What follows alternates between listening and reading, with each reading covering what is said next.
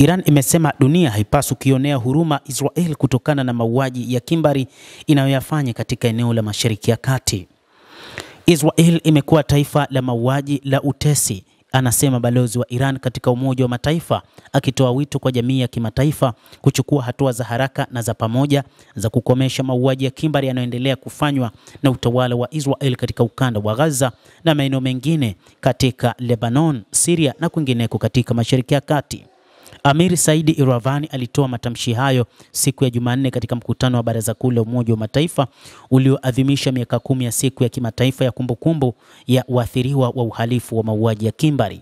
Balozi wa Iran katika Umoja wa Mataifa amesisitiza kwamba ukimya hauwezi kufuta uhalifu wala mateso ya waathiriwa wake, akisisitiza kwamba kukabiliana na mauaji ya kimbari si jambo la hiari bali ni wajibu wa kisheria na kimaadili.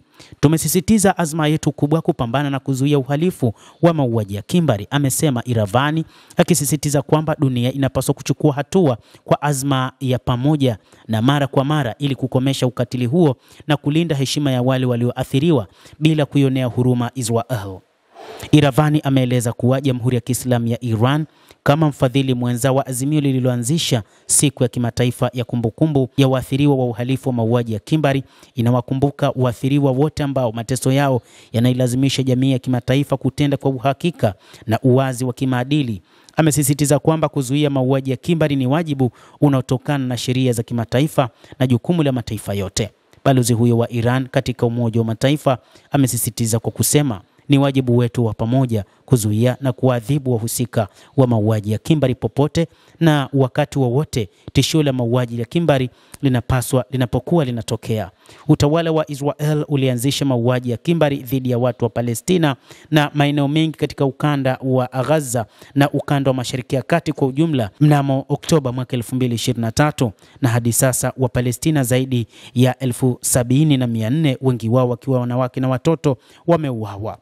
Israel imedai kupambana na Hamas, lakini zaidi imepambana na raia wasiokuwa na hatia kwa kuharibu majengo yao na kuua raia wasiokuwa na hatia. Maelfu ya watu wamehama miji yao, lakini pia majumba yao yameharibiwa vibaya kutokana na mashambulizi ya Israel. Gaza wakati huu ni magofu matupu, ni kadhia iliyofanywa na Israel. Hadi sasa hakukuwa na hoja yoyote ya kuitaka Israel ijenge ukanda wa Gaza. Zaidi ni mataifa kutaka kuzungumza namna ya kujenga ukanda wa Gaza. Iran inaamini kwamba Israel inapaswa kulipa fidia kwa kujenga ukanda wa Gaza, kujenga majengo iliyoyaharibu, lakini pia miundombinu iliyoiharibu, lakini na kulipa fidia. Hata hivyo, inadaiwa katika siku za hivi karibuni Israel ilitaka Qatar ilipe fidia kwa kujenga ukanda wa Gaza, na ni kutokana na kile kinachotajwa kwamba Qatar imehusika katika mashambulizi ya Oktoba 7 mwaka 2023, jambo lililopelekea Waziri Mkuu Benjamin Netanyahu kuliamuru jeshi la IDF kufanya mashambulizi ya mauaji ya kimbari katika eneo la ukanda wa Gaza. Hata hivyo, Qatar imekataa taarifa hizo, huku mkuu wa Mossad David Barnea akiona kuna umuhimu wa kutengeneza uhusiano wao na Qatar, kwani taarifa hizi zingeharibu kabisa uhusiano uliopo kati ya Israel na Qatar. Mtazamaji, endelea kutufuatilia na nikusihi usisahau kulike, usisahau kucomment, kadhalika na kusubscribe channel yetu hii. Utakuwa ukipata habari hizi kwa mapana kupitia The World News. Mimi ni Adam Hussein, endelea kutufuatilia wakati wote, endelea kuwa nasi.